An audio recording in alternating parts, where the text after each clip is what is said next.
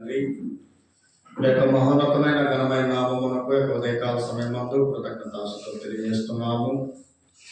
తండ్రి, గడిచిన కాలం అంతా మమ్మల్ని సురక్షితంగా కాచి కాపాడి మాకు కావలసిన జీవమును ఆయుస్సును సమస్త మేలను మాకు దయచేసి తండ్రి యొక్క ఆదివారం ఉదయకాల సమయమందు తండ్రి మేము సహోదరులు ఒకటిగా చేరి తండ్రి మేము లాభంతోనూ సత్యంతోనూ ఆరాధించుటకు తండ్రి మమ్మల్ని ఒకటిగా చేర్చినందుకే మీకు కృతజ్ఞతాస్తుతులు తెలియజేస్తున్నాము. తండ్రి ఎంతవరకు పాటల ద్వారా మేము బయటపరిచి ఉన్నాము. తన యొక్క ఘనత మహిమ ప్రభావం మీకే చెల్లిస్తున్నాము. మరి అమూల్యమైన దేవుని యొక్క లేఖనములు సహోదరుడి మూలంగా చదివి వినిపించబడి ఉండగా తండ్రి లేఖనములు మేము శ్రద్ధ కలిగి పరిశీలన చేస్తూ తండ్రి మేము ఆసక్తి కలిగిన వారిగా ఉండినట్లు సహాయం దయచేయమని వేడుకుంటున్నాము. మరి విశేషంగా యొక్క సమయమందు మరి సత్యాన్ని బోధించు మా యొక్క సహోదరి నిమిత్తం మేము ప్రార్థన చేస్తున్నాము. తండ్రి ఆయన సత్యాన్ని సత్యంగా బోధించినట్లు మరి ఆత్మ సంబంధమైన కార్యములు అర్థమయ్యే విధానంలో బోధించుటకు కావలసిన జ్ఞానమును తెలివిని వివేకమును దయచేయమని వేడుకుంటున్నాము. తండ్రి అమూల్యమైన మీ యొక్క లేఖనములు వింటున్న మేము తండ్రి లేఖనములు గ్రహించుకున్నట్టుకు కావలసిన శక్తిని తెలివిని వివేకమును దయచేయమని వేడుకుంటున్నాం. తండ్రి దేవుని యొక్క లేఖనములు బోధించబడే సందర్భంలో తండ్రి మేము ఏకాగ్రత కలిగి శ్రద్ధ కలిగి ఆసక్తి కలిగి మరి మీ యొక్క లేఖనములు మేము నేర్చుకున్నట్టుకు కావాల్సిన సహాయం దయచేయమని వేడుకుంటున్నాము. మేము లేఖనములు విని తన మా యొక్క జీవితాలని మేము సరి చేసుకునొచ్చు తన ఆత్మ సంబంధంగా అభివృద్ధి చెందుటకు కావాల్సిన సహాయం దయచేయమని వేడుకుంటున్నాము.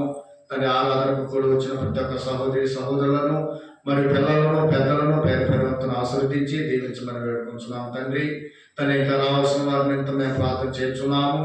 తన మీ యొక్క చిత్తమైతే వాళ్ళకు ఉంటున్న ఆటంకములు ఇబ్బందులు తీసివేసి తన సకాలంలో మీ యొక్క సన్నిధానంలో చేరి మరి అమూల్యమైన మీ యొక్క లేఖనం నేర్చుకునే భాగ్యాన్ని దయచేయమని వేడుకుంటున్నాము. ఈ యొక్క ఆరాధన కార్యక్రమాన్ని మన చివరి వరకు తన మర్యాదగాను క్రమంగాను మరి మీకు అంగీకారంగాను జరిగినట్లు మీరే సహాయం దయచేయమని సమస్త ఘనత మహిమ ప్రభావం మీకే చెల్లిస్తూ మా పాపములు అపరాధములు దయతో చెల్లించమని వేడుకోవచ్చు. ఈ యొక్క విన్నపములు మా ప్రభు అయిన యేసుక్రీస్తు నామములో అడిగి వేడుకొంచున్నాము తండ్రి, ఆమేన్.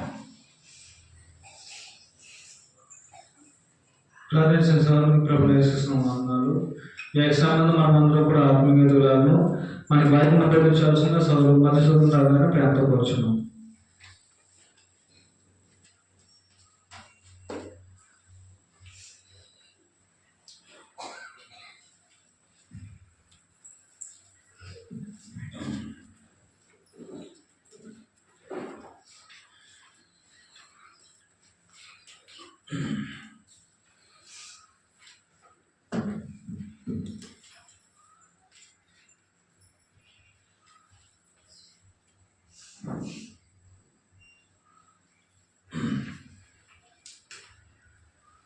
యేసుక్రీస్తు నామములో కూడిన సహోదరులు ఏమన్నది వందనాలు తెలియజేస్తున్నాను.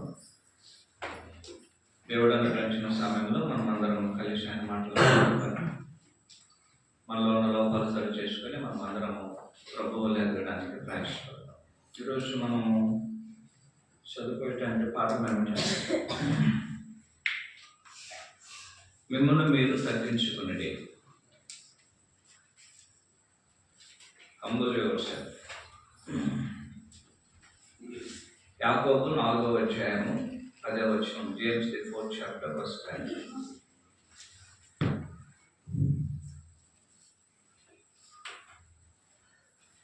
ప్రభు దృష్టికి మిమ్మల్ని మీరు తగ్గించుకొనడి, అప్పుడు ఆయన మిమ్మల్ని హెచ్చించును. తగ్గింపు మనుషుల యొక్క జీవితమునకు సమాధానమును ఒక క్రమశిక్షణను తీసుకొచ్చేటువంటిది. అలాంటి తగ్గింపు కలిగిన వారు సంఘములో ఉన్నట్లయితే, అది కుటుంబంలో ఉన్నాను, వ్యక్తి అయినను కుటుంబమైనను సంఘమైనను ఒక క్రమశిక్షణతోను మరియు సమాధానకరమైన జీవితమునకు ఒక పునాది తగ్గింపు.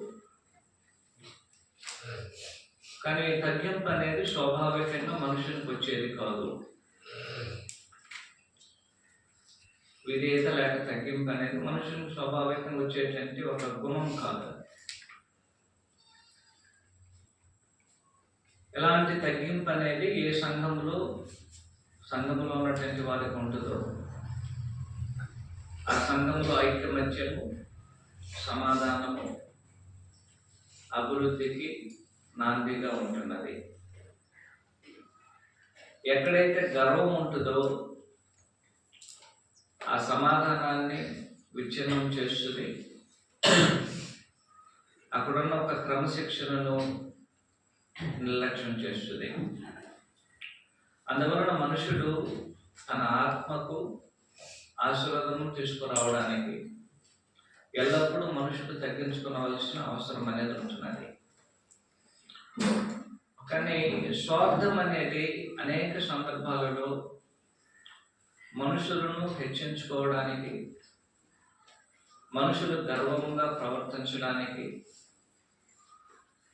తమ యొక్క స్వార్థమే కారణమైతే అది కుటుంబమై ఉండవచ్చును, వ్యక్తిగతంగా ఉండవచ్చును, ఈవెన్ సంఘమైన సరే ఉండవచ్చు, స్థానిక సంఘమైన సరే, స్వార్థపూరితమైన ఒక స్థానిక సంఘం అయితే అలాంటి వారు, కుటుంబము, సంఘము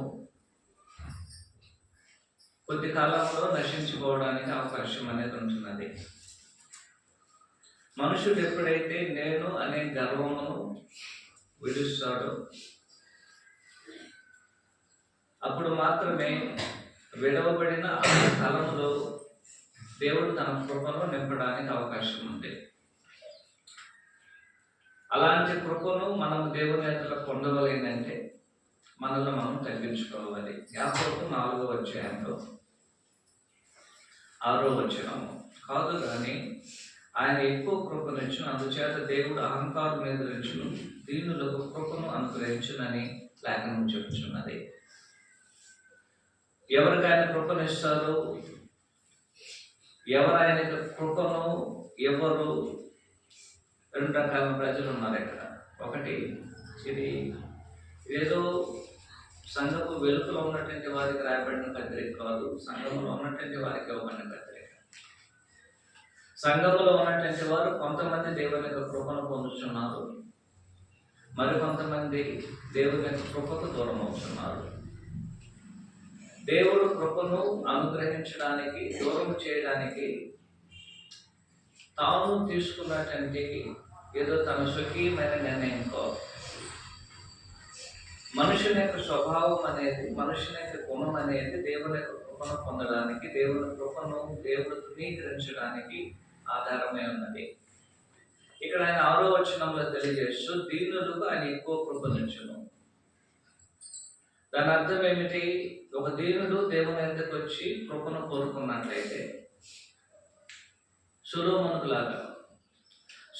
గారు దేవుని దగ్గర కోరుకున్నది ఆ జనులను పాలించడానికి జ్ఞానం కావాలని కోరుకున్నాడు. అయితే దేవుడు ఆయనకు ప్రత్యక్షమని చెప్పారు, నువ్వు శత్రువుల యొక్క ప్రాణాన్ని అడగలేదు, లేనట్లయితే ఆస్తిపాస్తులను నువ్వు అడగలేదు, అయితే నువ్వు జ్ఞానమును మాత్రం అడిగావు కాబట్టి, నిన్ను ఆ విధంగా తగ్గించుకున్నావు కాబట్టి నీకు నేను ఎక్కువ కృపనిస్తున్నా. ఏమిచ్చారు? ఐశ్వర్యం ఇచ్చారు, ప్రతి ఒక్కరూ ఆయనకు లోబడినట్లుగా చేశారు, మరియు ఆయుష్ను అనుగ్రహించారు. అన్నిటికంటే ముఖ్యంగా జ్ఞానము, తెలివి, వివేకమును ఆయనకు అనుగ్రహించడం జరిగింది. ఆయన చెప్తున్నాడు, దీనులకు కోరుకున్న గొప్ప కాదు, ఎక్కువ కృపనిస్తారు ఆయన. ఆనాడు తగ్గించుకొని వెళ్ళినటువంటి ఒక వ్యక్తి 18వ అధ్యాయము లోకాసువార్తలో దేవుని యొక్క తాను తగ్గించుకొని దేవుని అడిగినటువంటి కృపను గమనించారు. మనం అందరం యొక్క వచనాలను ఎదిగినటువంటి వారు. లోకాసువార్త 18వ అధ్యాయము. ఇరువురు దేవాలయం వద్దకు వెళ్తారు. వెళ్ళినటువంటి వారు ఏం జరిగిందని మనము జాగ్రత్తగా ఆలోచన చేయడానికి అవకాశం అనేది ఉంటున్నది. 18వ అధ్యాయం లోకాసువార్తలో 13వ వచనంలో, అయితే శంకరు దూరముగా నిలుచుండి ఆకాశం వైపు కన్నులెత్తుటకైన ధైర్యము చేయగా రొమ్ము కొట్టుకొనుచు, దేవా పాపిన నన్ను కరుణించమని పలికెను. ఈయన అడిగినటువంటి కృప, దేవుని అది ఈయన అడిగిన కృప ఏమిటి? ఈయన అడిగిన కృప ఏమిటంటే అయ్యా నేను పాపిని, నా పాపాన్ని క్షమించమని కోరుకున్నారు ఆయన. కానీ ప్రభువు ఆ యొక్క విషయంలో ఏమని తీర్పు తీర్చారు గమనించండి. 14వ వచనంలో, అతని కంటే ఇతడు నీతిమంతుడిగా తీర్చబడిన వాడే. ఎంత కృపనిస్తున్నది గమనించాలి. పాప క్షమాపణకు వచ్చినటువంటి ఒక వ్యక్తి పాప క్షమాపణ మాత్రమే పొందకుండా అతడు నీతిమంతుడిగా తీర్చబడ్డాడు. రెండోది గమనించాలి, అదే వచనంలో అని చెప్తున్నాడు, తాను తగ్గించుకున్నవాడు దేవుని వల్ల హెచ్చించబడుతున్నాడు.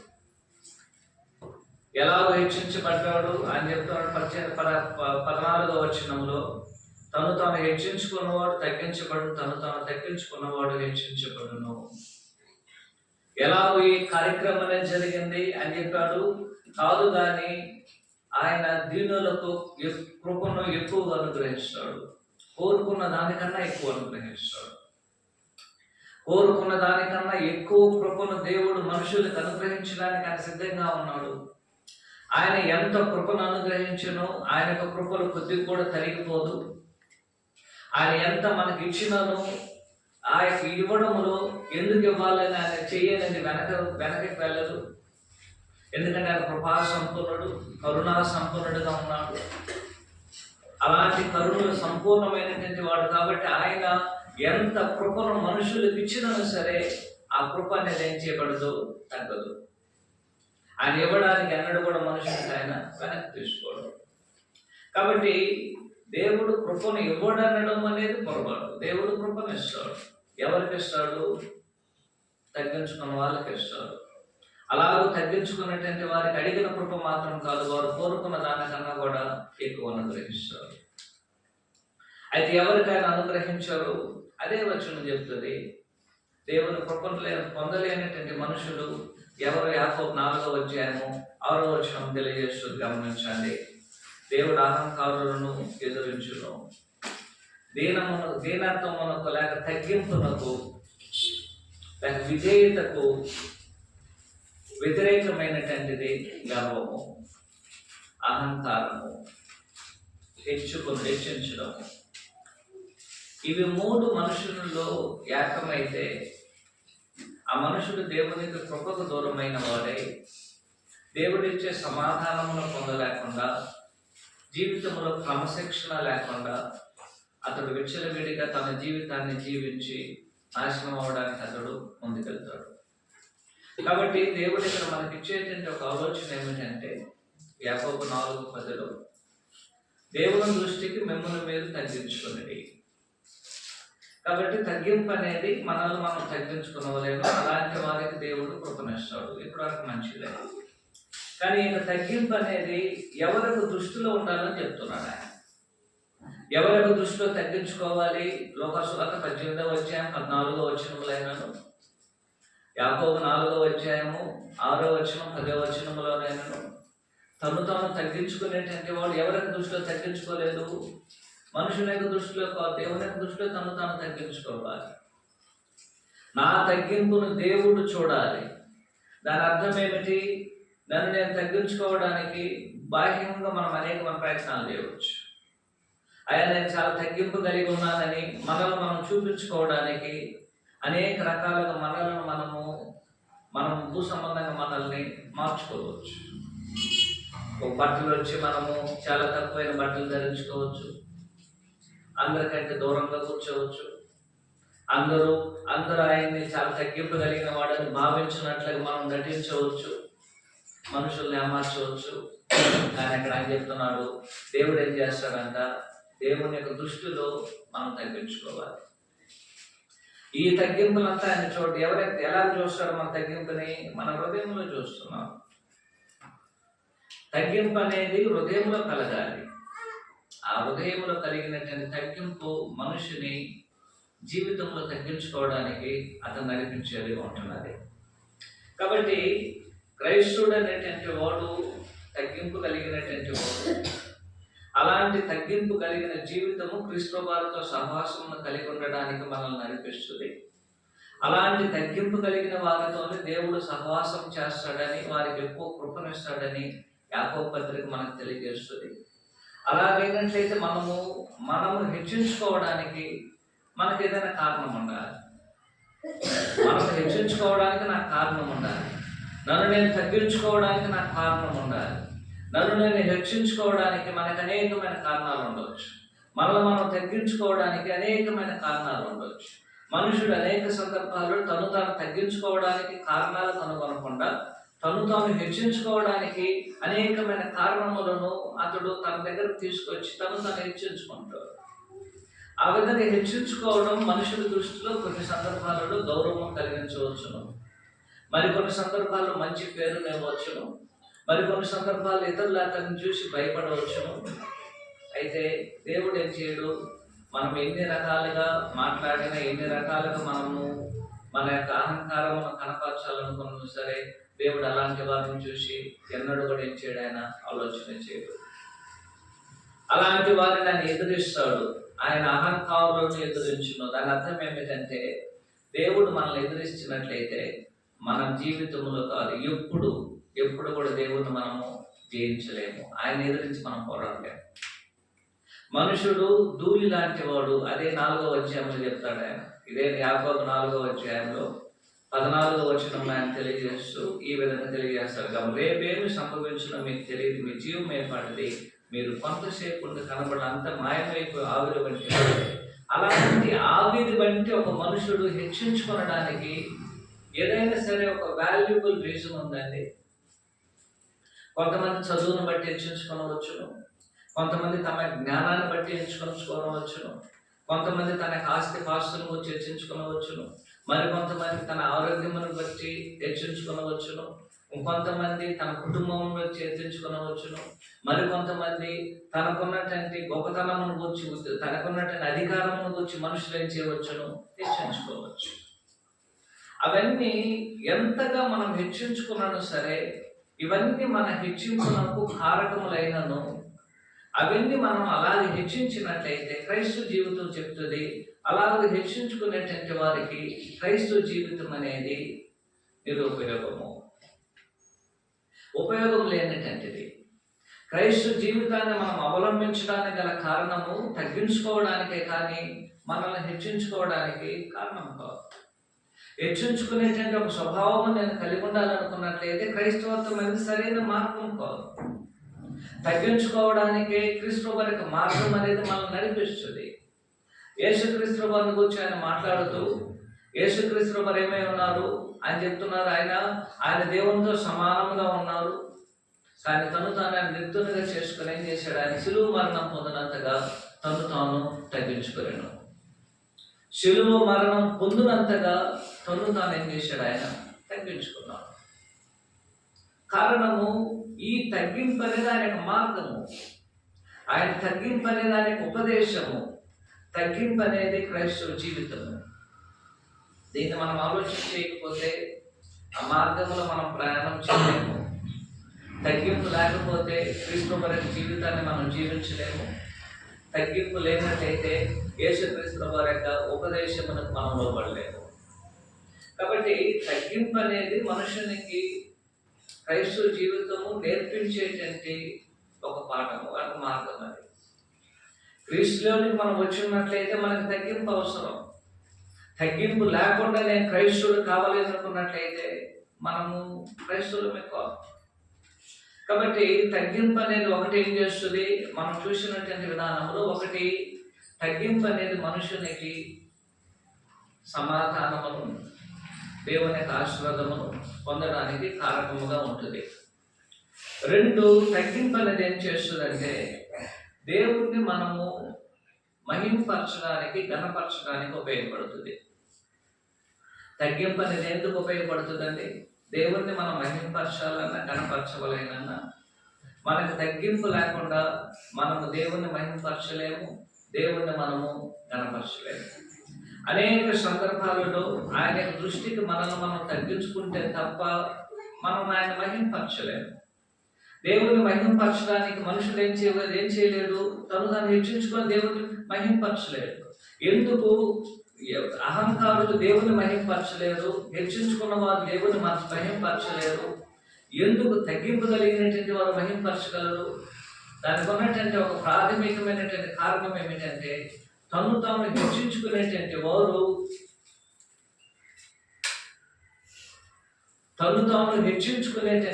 లేక అహంకారం కలిగినటువంటి వారు ఇతరులు తన్ను హెచ్చించాలని కోరుకుంటారు తప్ప తాను ఇతరులను హెచ్చించాలని కోరిక లేదనుకుండదు. అహంకార దృష్టి కలిగినటువంటి వారు, అహంకార మనసు కలిగిన వారు, అహంకార హృదయం కలిగిన వారు తాను అందరికంటే గొప్పవాడు, అందరూ తన్ను గొప్పగా ఎంచుకొనవలేను, అందరూ తానే గొప్పవాడని అందరూ భావించాలి, అందరూ తన్ను పొగడాలని కోరుకునేటువంటి వాడు. అలాంటి వాడు తన జీవితంలో దేవుణ్ణి పొగడానికి, దేవుణ్ణి హెచ్చించడానికి తన యొక్క మనసును, హృదయమును కేంద్రీకరించడు. కాబట్టి మనుషునికి తగ్గింపు అనేది ఎందుకు అవసరం అంటే దేవుని మహిమపరచడానికి, దేవునికి దేవుని నుంచి మనం సంతోషపరచడానికి, దేవుని సంతోషపరచాలి, దేవుణ్ణి మనం మహింపరచవలేదంటే నా జీవితంలో తగ్గింపు లేకపోతే మనము దేవుణ్ణి మహింపరచడము అసాధ్యము. దేవుడు మనకు తగ్గింపు ఉన్నదా లేదని ఖచ్చితంగా ఆయన చూస్తున్నాడు, చూడకుండా లేదా ఆయన. ప్రతి మనుషుడు ఆ తగ్గింపు కలిగిన వాడే దేవుణ్ణి మహింపరచవలేనని దేవుడు కోరుకుంటున్నాడు. కాబట్టి మనం చూసినటువంటి ఈ 2-3 ఆలోచనలు అనేది మనకేదో ఒక రకమైనటువంటి ఒక నిర్ణయానికి రావాలి. క్రైస్తవ జీవితం అనేది ఒకటి తగ్గించుకునేది. అలాంటి తగ్గింపు లేకపోతే క్రీస్తు వారి యొక్క మార్గంలోను, ఆయన ఉపదేశంలోను, ఆయన జీవితమును మనము అనుభవించలేము. అలాంటి తగ్గింపు లేని వారు ఆయన మార్గంలో ప్రయాణం చేయలేరు. అలాంటి తగ్గింపు లేనటువంటి వారు ఆయనకు ఉపదేశమునకు లోబడలేరు. అలాంటి తగ్గింపు లేనటువంటి వారు ఆయనకు జీవితమును వారు జీవించలేరు. అయితే వాస్తవం ఏమిటంటే తగ్గింపు అనేది మనుషునికి స్వాభావికంగా వచ్చేది కాదు, అంటే ప్రకృతిలో వచ్చేటువంటిది కాదు. ప్రకృతి అనేది మనకు నేర్పించదు, మన తల్లిదండ్రులు వాటిని నేర్పించరు, మన యొక్క చదువు దాన్ని నేర్పించదు, మన యొక్క ఉద్యోగం దాన్ని నేర్పించదు, మన వ్యాపారం దాన్ని నేర్పించదు, మన చుట్టూ ఉన్నటువంటి సమాజం తగ్గింపును మనకు నేర్పించదు. ఒకవేళ నేర్పించినా సరే వారు తమకు తగ్గించుకోమని మనకు నేర్పిస్తారు, కానీ తగ్గింపు అంటే ఏమిటో అది మనకు నేర్పించరు. కానీ క్రీస్తు వారి యొక్క మార్గము, ఆయనకు ఉపదేశము, ఆయనకు జీవితం ఏం చేస్తుందంటే క్రైస్తవునికి తగ్గింపును తన జీవితంలో అతనికి నేర్పిస్తుంది. ఎందుకు మనం తగ్గించుకోవాలండి? 3 విషయాలు చెప్పాము. ఒకటి, నా జీవితంలో నేను ఒక డిసిప్లిన్, క్రమశిక్షణగా దేవుని యొక్క ఆశీర్వాదమును పొంది, దేవుని యొక్క సమాధానం కలిగి నేను, నా కుటుంబము, సంఘం ఉండవలేనంటే ఎవరైనా సరే ఆయన పరిధిలో, వ్యక్తిగతంగా అయినా సరే ఒక క్రమశిక్షణ కలిగిన జీవితాన్ని, ఒక శాంతియుతమైన జీవితాన్ని, ఒక ఆశీర్వాదకరమైన జీవితాన్ని నేను జీవించాలనుకుంటే నాకు తగ్గింపు అవసరం. నా కుటుంబము ఆశీర్వదించబడవలేదన్నా అలాంటి తగ్గింపు అనేది అవసరము. సంఘం అనేది ఆశీర్వదించబడవాలన్నా సంఘంలో ఉన్న వారందరూ కూడా ఆ విధంగా తగ్గించుకోవాలి. లేనట్లయితే సంఘంలో సమాధానం ఉండదు, అది అభివృద్ధి చెందదు.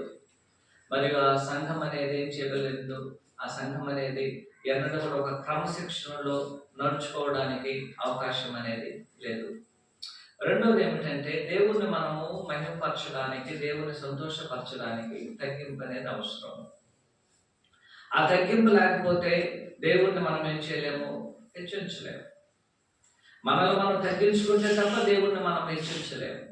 కానీ మనుషుని యొక్క జీవితము తాను హెచ్చించుకునేది. కానీ దేవుని యొక్క జీవితం, దేవుని యొక్క సన్నిధికి మనం వచ్చినప్పుడు, ప్రత్యేకించి దేవుని కార్యక్రమాలు మనం నిర్వహిస్తున్నప్పుడు, దైవ కార్యక్రమాలు మనం జరిగిస్తున్నప్పుడు, అన్ని అంటే దైవ సంబంధమైన ప్రతి కార్యములలో మనము విలీనమైనప్పుడు, ప్రతి కార్యక్రమంలో మనల్ని మనం తగ్గించుకొని చేయకపోయినట్లయితే ఏ కార్యమైనా సరే దేవుని వలన అది అంగీకరించబడదు. దానివల్ల దేవుడు సంతోషించడు, దానివల్ల దేవుడు మహిమపరచబడడానికి అవకాశం లేదు. అందువల్ల నా తగ్గింపు అనేది మనకు అవసరమని ఇక్కడ మనకు దేవుని యొక్క లేఖనములు అనేది తేటగా తెలియజేయడం అనేది జరుగుతున్నది. అయితే మన యొక్క పాఠం ఏమిటంటే, దేవుడు మనుషుని యొక్క జీవితంలో తగ్గింపుని ఎలా తీసుకొస్తాడు? తగ్గింపుని ఎలా దేవుడు తీసుకొస్తాడండి? ఇప్పుడు మనం చదివినటువంటి పాఠం అనేది ఒక పరిచయంగా మనం తీసుకుంటాం. ఆ పరిచయంలో మనం నేర్చుకున్న 2 విశేషమైన కార్యములు. ఒకటి, నాకు తగ్గింపు లేకపోతే నేను ఆశీర్వదించబడలేను. 2, నాకు తగ్గింపు లేకపోతే యేసుక్రీస్తు యొక్క మార్గంలో నేను నడుచుకోనలేను. 3, నేను తగ్గింపు లేకపోయినట్లయితే నేను దేవుని మహింపరచడానికి అవకాశం లేదు. దాని అర్థం ఏమిటి? అటు నా విషయములైనను, కుటుంబ విషయములైనను, సంఘ విషయములైనను తగ్గింపు అవసరము. దేనికంటే ఒక క్రమశిక్షణ, ఆశీర్వాదము, సమాధానమును కలిగి ఉండడానికి. 2, ఒక క్రైస్తవునిగా నేను జీవించవలేనంటే, ఆయన మార్గంలో నడవలేనంటే, ఆయన ఉపదేశానికి మనము లోబడవలేనంటే తగ్గింపు లేకుండా అది జరగదు. 3, దేవుణ్ణి మహింపరచవలైనన్నా, దేవుణ్ణి గణపరచవలైనన్నా, లేక ఆయన సంతోషపరచవలైనన్నా తగ్గింపు లేకుండా అది జరగదు. అలాగైనట్లయితే మనం ఏం చెప్పామంటే, దేవుని యొక్క ఉపదేశము, దేవుని యొక్క మార్గము, లేకపోతే దేవుని యొక్క లేఖనములు అనేది, యేసుక్రీస్తు వారి యొక్క జీవితం అనేది ఒక మనుషునికి ఎలాగో తగ్గింపును తీసుకొస్తుంది. ఎలాగో తీసుకొస్తుంది? 5 రకాలుగా తీసుకొస్తుంది. 5 రకాలైన విషయములలో ఒక మనుషుల్ని దేవుడు ఏం చేస్తున్నాడు? తగ్గింపునికి ఒక మనుషుని ఆయన అభ్యాసం చేసేస్తున్నాడు. నాకు తగ్గింపు కావాలి అంటే నేను తగ్గించుకోవాలని మనసు నాకు ఉండాలి. మొదట తగ్గించుకోవాలని మనసు, హృదయము నాకు కోరిక ఉన్నట్లయితే దానిని దేవుడు ఆధారం చేసుకొని తగ్గింపును మనుషునికి ఏం చేస్తున్నాడు? నేర్పిస్తాడు. కొన్ని సందర్భాలలో అది హృదయం అంటే మన యొక్క కోరిక మేరకు జరిగేటటువంటిది. ఒకవేళ మనం కొన్ని సందర్భాలలో మన కోరిక లేకుండా మనం ఉన్నట్లయితే అలాంటి వారిని కూడా ఎలాగో తగ్గించవలేనో దేవుడు ఎరుగున్నాడు. కాబట్టి ఒక మనుషుని యొక్క జీవితంలో ఏ విధములైనా సరే, భూ సంబంధంగా ఉండొచ్చును, ఆత్మ సంబంధంగా ఉండొచ్చును, శరీరం విషయంలో ఉండొచ్చును, మరి ఏ విషయములైనా సరే మనుషుడు దేవుని యొక్క లేఖనములను అనుసరించి, దేవుని యొక్క ఉపదేశమును అనుసరించి, ప్రభు యొక్క జీవితం గురించి అధ్యయనం చేసి, క్రీస్తు వారి యొక్క మార్గములో తను తగ్గించుకొని నడవాలనే ఒక ఉన్నతమైనటువంటి కోరికను కలిగి ఉన్నట్లయితే అతడు తాను ఖచ్చితంగా దేవుని వలన ఆశీర్వదించబడడానికి అవకాశం ఉంది. లేదు, నేను తగ్గించుకోనని మనం ఏం చేస్తాం? అనేక సందర్భాలలో మన అహంకారాన్ని చూపిస్తాం. అప్పుడు దేవుడు ఏం చేస్తాడంటే మనుషులను ఎలాగో తగ్గింపజేస్తాడో ఆయన దాన్ని ఎరుగున్నాడు. ఒకటి, మనం ఇష్టపూర్వకంగా మనకు తగ్గింపును నేర్పిస్తాడు ఆయన. లేనట్లయితే ఏం చేస్తాడు ఆయన యొక్క ఫోర్స్తో, ఆయన యొక్క శక్తితో, ఆయన యొక్క బలముతో మనలను యేసుక్రీస్తు ప్రభువారి యొక్క పాదపీఠముల కిందకి ఆయన తీసుకొస్తాడు. మనుషుడు దీన్ని అర్థం చేసుకున్నంత వరకు, మనుషుడు దాన్ని తెలుసుకున్నంత వరకు అహంకారిగానే నిలబడతాడు. ఎందుకంటే తానే సమస్తం అనుకొని, తనకే సమస్తము తెలుసునని, తనకే అన్ని రకములైనటువంటి అభిప్రాయములు తాను విభేదించగలిగినటువంటి ఒక మనుషుని యొక్క స్వాభావికమైన ఆలోచనలు అతనిని ఒక దినమందు అతన్ని తగ్గింప చేయడానికి దేవుడు అన్ని రకములైన కార్యములను ఆయన తీసుకురావడం అనేది జరుగుతుంది. మొదటగా మనుషునికి తగ్గింపు రావాలంటే ఏం చేయాలి? నన్ను నేను తగ్గించుకోవాలని ఒక కోరిక ఉంది మనకి. మొదట ఈ క్రైస్తవులకి తగ్గించుకోవాలని కోరిక ఉందండి. క్రీస్తు వారికి మార్గం ఏం చేస్తుంది? తగ్గించుకునే మార్గం, హెచ్చించుకునే మార్గమా? క్రీస్తు వారికి జీవితం హెచ్చించుకునేదా, తగ్గించుకునేదా? యేసుక్రీస్తు వారికి ఉపదేశం తగ్గించుకునేదా లేక హెచ్చించుకునేదా? ఈ మూడింటిని కంబైన్గా చేసినట్లయితే మనకి ఇచ్చేటువంటి ఒకే ఒక ఫార్ములా, ఒకే ఒక ఉపదేశం, ఒకే ఒక మాట ఏమిటంటే మనకి తగ్గింపు అనేది ఉండవలేను. ఇక్కడ 3 వచనాలు చూసాం మనం. ఆ వచనాలన్నింటిని యాకోబు 4వ అధ్యాయం 6వ వచనములోను, 10వ వచనములోను, ఏమన్నా 1 పేతురు 5వ అధ్యాయము 8వ వచనములు, 6వ వచనములోను, మత్తయి సువార్త 23వ అధ్యాయం 12వ 14 వచనంలోనూ మనకి ఇచ్చేటువంటి ఒకే ఒక ఉపదేశం ఏమిటంటే, మిమ్మల్ని మీరు తగ్గించుకొనుడి, అప్పుడు దేవుడు మిమ్మల్ని హెచ్చించును. మనల్ని మనం తగ్గించుకుంటే తప్ప దేవుడు మనల్ని హెచ్చించుడు. ఎందుకంటే దేవుని యొక్క ఉపదేశాన్ని మనం వింటున్నప్పుడు ఆ ఉపదేశం మనకు బోధించేది ఏమిటంటే, మిమ్మల్ని మీరు తగ్గించుకోనండి. క్రీస్తు వారి జీవితాన్ని మనం చదువుతున్నప్పుడు ఆయన జీవితం మనకు నేర్పే పాఠం ఏమిటంటే, మిమ్మల్ని మీరు తగ్గించుకోనండి. క్రీస్తు వారి యొక్క మార్గాల గురించి మనం చూస్తున్నప్పుడు ఆ మార్గములో తాను తగ్గించుకున్నటువంటి వారు ఏం చేయగలరు? దానిలో ప్రయాణం చేయగలరు. యేసుక్రీస్తు మార్గం గురించి చెప్పారు ఆయన, ఇరుకైనటువంటిది. ఇరుకైనటువంటి మార్గం విశాలమైన మార్గం లాంటిది కాదు. అక్కడ ఉపయోగించబడినటువంటి పదం ఏమిటంటే, అక్కడ ఉన్నటువంటి మార్గం అనేది నీ యొక్క తలను పైకి నెమరు వేసుకుని వెళ్ళడానికి అవకాశం లేదు.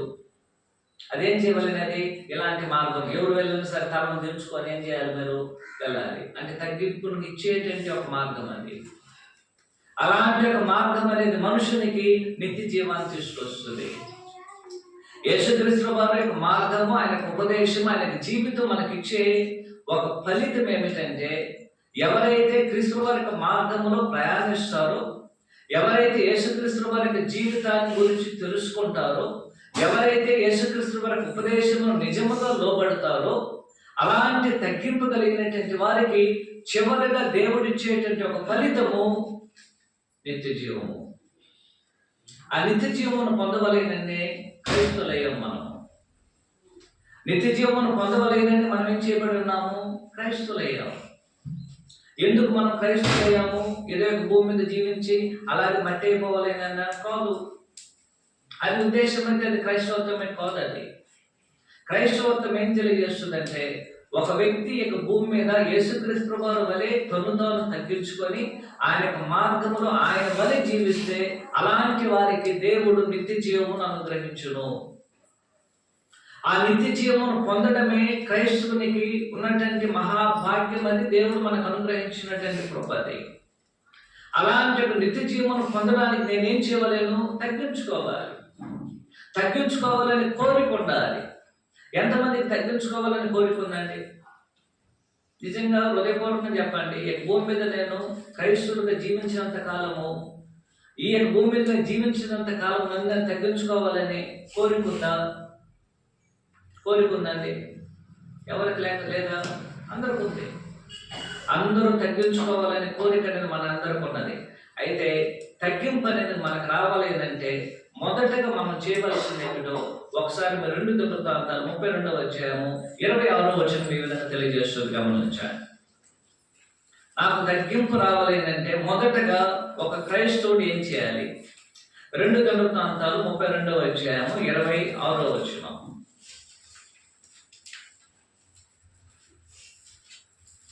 హిజ్కియా హృదయమున గర్వమును విడిచి తామును యెరూషలేములో కాపురస్తులు తమ్మును తాము తగ్గించుకునేది కనుక హిజ్కియా దినములు యెహోవా కోపం జనుల మీదకి రాలేదు. ఒక మనుషునికి తగ్గింపు రావాలేనంటే మొదటగా అతను చేయవలసిన పని ఏమిటండి? ఏం చేయవలేను? హిజ్కియా గారు ఏం చేశారు? ఇశ్రాయేలీయులు ఏం చేశారు? ఇక్కడ ఆయన చెప్తున్నారు, గమనించండి. 2 దినవృత్తాంతాలు 32వ అధ్యాయం 26వ వచనంలో హిజ్కియా హృదయ గర్వమును విడిచి, ఆయన గర్వమును విడిచేంత వరకి, హిజ్కియా గారు తన గర్వాన్ని విడిచేంత వరకి ఆయన తగ్గింపు రాలేదు. మనం చెప్పవచ్చు, నాకు అసలుకి గర్వం అంటే నాకేమో తెలియదు అనవచ్చు. ఆ విధంగా చెప్తే అది వేషధారణ అవుతుంది.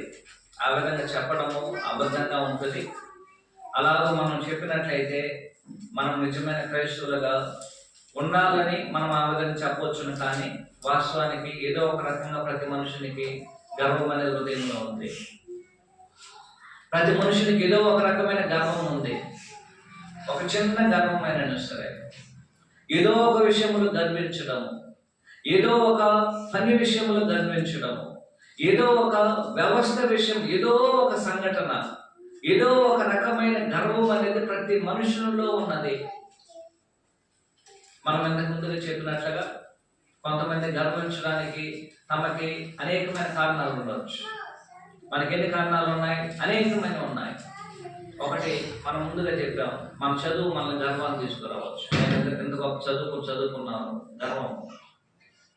తప్పులేదు ఆ విధంగా, అంటే అంత పెద్ద గొప్ప చదవడంలో తప్పులేదు. కానీ క్రీస్తు యేసులోనికి వచ్చిన తర్వాత నీకు చదువు అనేది క్రీస్తు మార్గంలో నీకు తగ్గింపునివ్వాలని, కానీ గర్వం ఇవ్వకూడదు. నువ్వు గొప్ప ఆస్తివంతుడిగా ఉండవచ్చును, గొప్ప ఉద్యోగమును సంపాదించవచ్చును, గొప్ప కుటుంబము, గొప్ప బ్యాంక్ బ్యాలెన్స్ ఉండవచ్చును. లేనట్లయితే మనల్ని హెచ్చించుకోవడానికి అనేక రకాలైనటువంటి వసతులను మనం కలిగి ఉండడానికి అవకాశం ఉంది. కొన్ని సందర్భాల్లో మనుషుడు ఏం చేస్తాడంటే తనకున్న మంచి ఆరోగ్యంను బట్టి కూడా గర్వించేవారు ఉన్నారు.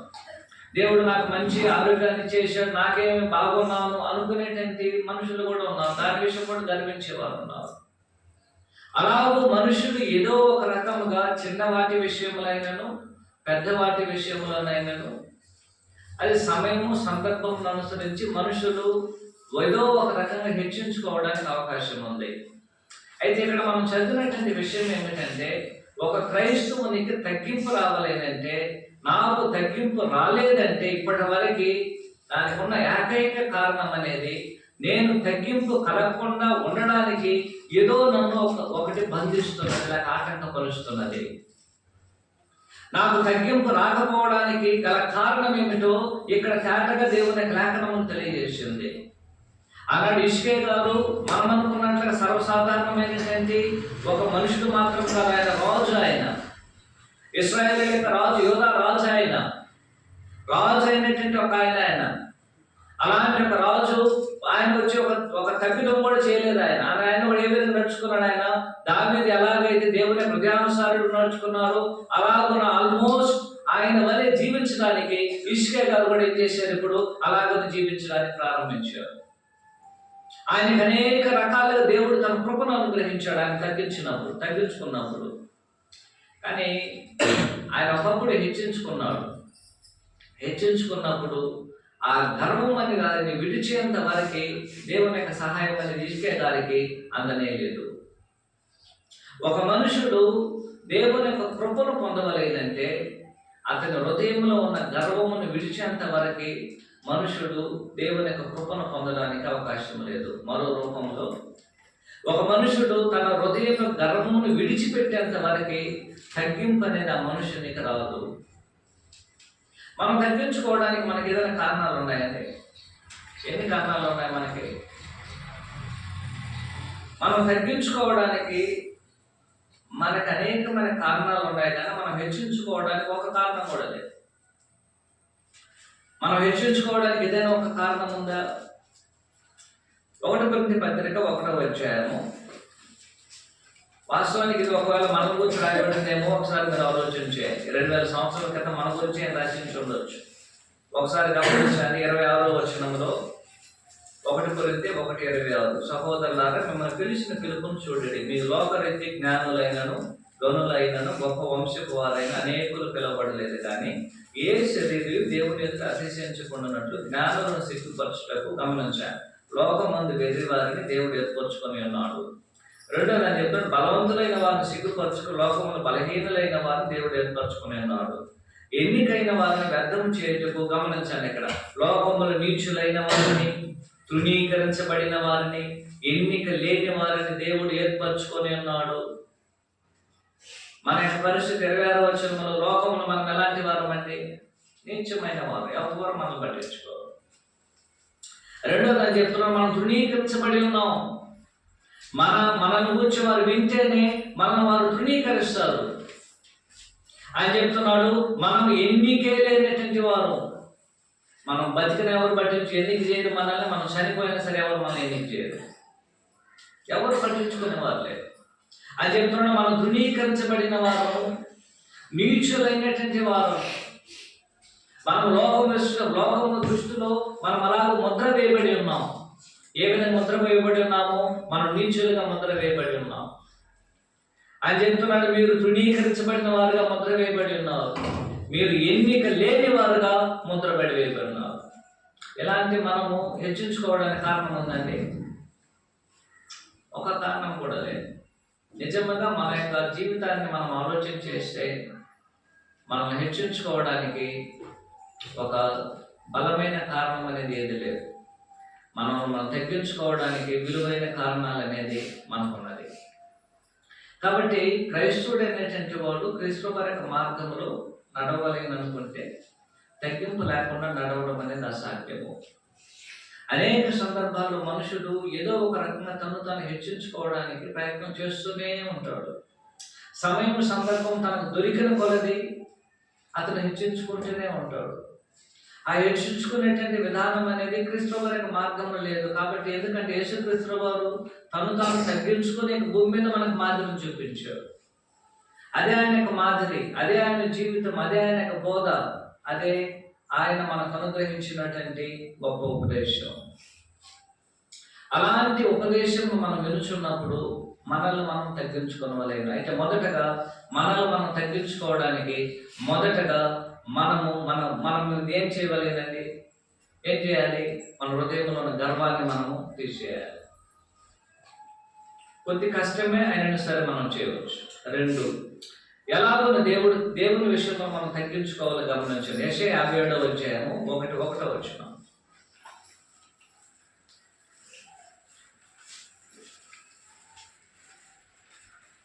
తగ్గించుకున్న వారు ఏం చేస్తారు గమనించాలి.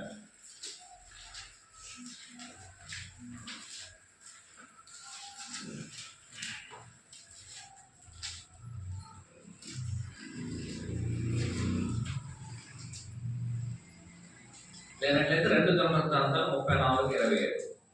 తగ్గింపు అనేది ఎలాగో రావలేను. ఒకటి ఏం చేయవలేను? గర్వాన్ని విడిస్తే తప్ప తగ్గింపు రాదు. రెండోది తగ్గింపు అనేది మనకి ఎలాగున వస్తుంది. 2 దినవృత్తాంతాలు 34వ అధ్యాయము 27వ వచనం.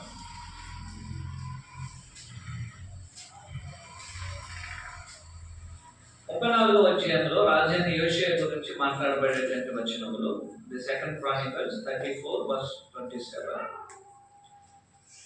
2 దినవృత్తాంతాలు 34:27లో నీ మనస్సు మెత్తనిదై ఈ స్థలం మీద దాని కాపురస్తుల మీద దేవుడు పలికిన మాటలు నీవు వినినప్పుడు నా సన్నిధి నిన్ను తగ్గించుకొని నీ వస్త్రములను చింపుకొని నా సన్నిధి కన్నీరు విడిచితివని కనుక నీ మనవిని నేను ఆలకించుదని.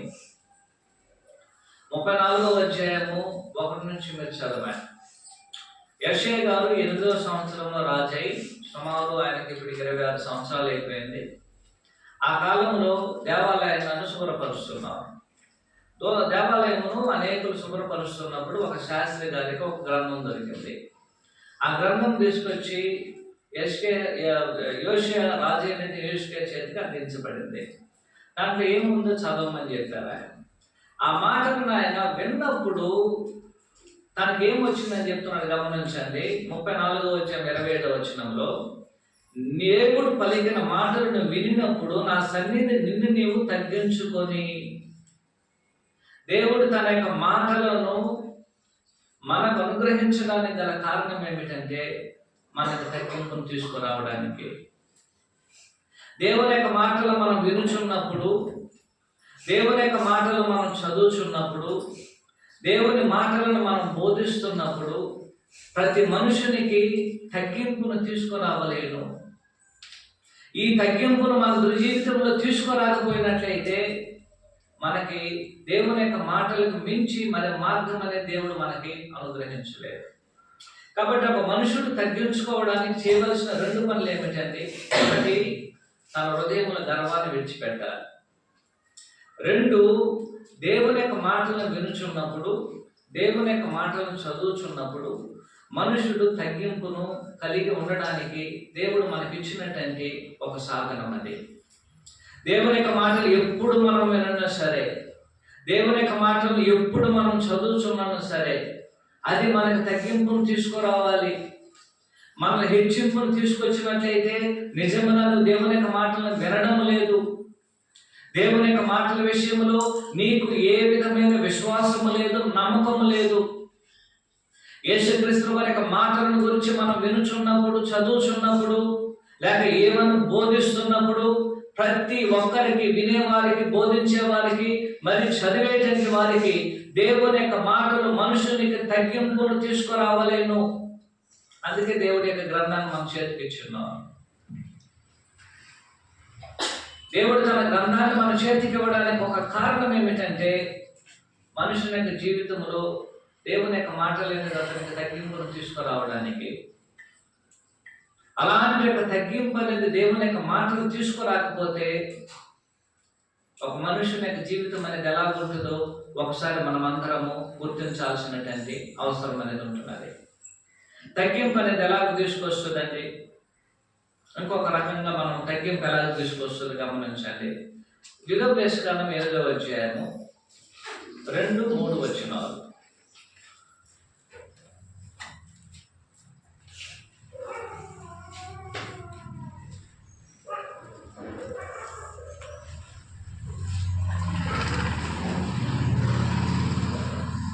లెక్కకాండంలో 8వ అధ్యాయము 2-3 వచనాలు. మరి నీవు ఆజ్ఞలు గైకొనవో లేదో అనేది శోధించి నీ హృదయంలో నున్నది తెలుసుకున్నట్టుకు నిన్ను అనుచ నిమిత్తము అరణ్యములో 40 సంవత్సరములు దేవుని యెహోవా నిన్ను నడిపించిన మార్గములన్నిటిలో జ్ఞాపకం ఉంచుకొనెను. Deuteronomy 88 chapter verse 2 and 3. 3వ వచనము, ఆహారము వలనే గాని యెహోవా సెలవిచ్చిన ప్రతి మాట వలన నరులు బ్రతుకుదననియు నీవు తెలియజేయుటకు ఆయన నిన్ను అందించి నీకు ఆకలిని కలుగు చేసి నీవే గాని నీ పితరులే గాని ఎన్నడూ ఎరగని మన్నాతో నిన్ను పోషించెను. ఆనాడు ఇశ్రాయేలీయులను 40 సంవత్సరములు దేవుడు ఐగుప్తు దేశం నుంచి కనాను దేశమునకు నడిపించడానికి 40 సంవత్సరముల వారిని కనాను అరణ్యములో వారిని నడిపించారు. ఆ విధంగా నడిపించడానికి గల కారణం ఏమిటి? ఇక్కడ ఉన్న ఒక కారణం ఏమిటంటే, ఆ విధంగా వారు నడుస్తున్నప్పుడు, ఆ విధంగా వారు 40 సంవత్సరం అరణ్యములు నడుస్తున్నప్పుడు వారికి ఏం కలుగుతుంది? అరణ్యములు నడుస్తున్నప్పుడు ఒకటి దాహం కలుగుతుంది, ఆహారం అవసరము, భద్రత అవసరము. ఇవన్నిటికి మించి వీరందరూ దేవుని నమ్మిపుచ్చాల్సినటువంటి ఒక అవసరం అనేది ఏర్పడుతుంది. ప్రతి మనుషునికి జీవితంలో ఒక ఆకలి ఉన్నది, మనం అందరం మెలుగున్నాము. రెండోది మనుషునికి దప్పిక ఉన్నది. మనుషునికి మూడోది శరీరంలో అనేకమైన రోగాలు వస్తుంది. 4 మనుషునికి భద్రత అనేది అవసరము. 5 మనుషులు నివసించడానికి ఒక ఇల్లు అనేది అవసరము. ఇవన్నీ మనుషునికి అనుదినం జరిగేటువంటి కార్యములు. అన్ని సందర్భాల్లో మనకి శరీరం అనేది ఆరోగ్యంగా ఉండదు. అనేక సందర్భాల్లో మన శరీరం అనేది వ్యాధితో బాధపడుతుంది. అన్ని సందర్భాల్లో మనకి ఆహారం దొరకకపోవచ్చు. కొన్ని సందర్భాల్లో మనము ఆకలితో పస్తుతో ఉంటాము. అన్ని సందర్భాలలో కొన్ని సందర్భాలైనా సరే మన జీవితంలో దప్పిక అనేది కలిగి ఉండొచ్చు. మరికొన్ని సందర్భాలలో మనకి ఇల్లు లేని వారుగా మనము అనేక సమస్యలు మనం ఎదుర్కొని ఉండొచ్చును. మరికొన్ని సందర్భములలో మనుషుడు ఏం చేస్తున్నాడు? ఏదో ఒక రకమైనటువంటి శ్రమలను అనుభవించేటువంటి వాడుగా ఉన్నాడు. మన జీవితంలో శ్రమలు అనుగ్రహించబడినాను, ఆకలి అనుగ్రహించబడినాను, దప్పిక అనుగ్రహించబడినాను, అనేకమైన కష్టాలు వచ్చినాను, మనకున్నటువంటి సమస్యలు మనకు వచ్చినాను, మన జీవితంలో అనేకమైన బాధలు వచ్చినాను. దానికి గల ఒక కారణం ఏమిటంటే, ఆనాడు ఇశ్రాయేలు 40 సంవత్సరములు ఐగుప్తులో నుంచి వారు కనాను మధ్యలో నడిపించడానికి గల కారణం ఏమిటంటే, ఇవన్నీ వారికి సంభవించినప్పుడు అవి వాటికి ఏం చేయాలి? వారిని తగ్గించాలి. మనుషుడు ఎంత దీనమైన వాడో తెలుసుకోవాలి. 40 సంవత్సరాలు అరణ్యములు నడిచారు. అరణ్యముల వారైన పంట పండించుకోగలరండి. అరణ్యముల వారికి నీళ్లు దొరుకుతుందా? అరణ్యములో రోగం వచ్చినట్లయితే వారికి ఏదైనా ఎవరైనా సరే మందులు ఇవ్వగలరు. అరణ్యములో వారిని పాములు వచ్చి కలిసింది. పాములు వచ్చి కలిసినప్పుడు దానికి వారికి మందు ఉందా? వారి చేతిలో. వారందరికీ దాహం వచ్చింది. 20 లక్షల మంది ఉన్నారు. 20 లక్షల మంది ఒక్కసారి ఒక రోజు తాగితేనే ఏమైపోతుంది? ఒక్కొక్క చెరువు అయిపోతుంది. అంత దాహం ఉంటుంది వారికి. ఒకసారి వారు 20 లక్షల మంది భోజనాన్ని కూర్చున్నట్లయితే ఎంత భోజనం వారికి అవసరము. ఇవన్నీ వారికి దేవుడు అనుగ్రహించడానికి గల కారణం ఏమిటంటే, ఒకటి వారికి తగ్గింపునివ్వడానికి. మన జీవితంలో కష్టములు వస్తున్నది, బాధలు వస్తున్నది, శ్రమలు వస్తున్నది, ఇబ్బందులు వస్తున్నది, నష్టం వస్తున్నది, వ్యాధి వస్తున్నది, అసమాధానం ఉన్నది. మనం సరైన గృహం లేని వారుగా ఉంటాము, సరైన వస్త్రాలు లేని వారుగా ఉంటాము, సరైన విధానంలో మనం ఇతరుల వలన పరామర్శించకపోవచ్చు. ఇవన్నీ దేవుడు ఏం చేస్తున్నాడు, మనకు అనుగ్రహించడానికి గల కారణం ఏమిటంటే మనకు తగ్గింపులు తీసుకురావడానికి.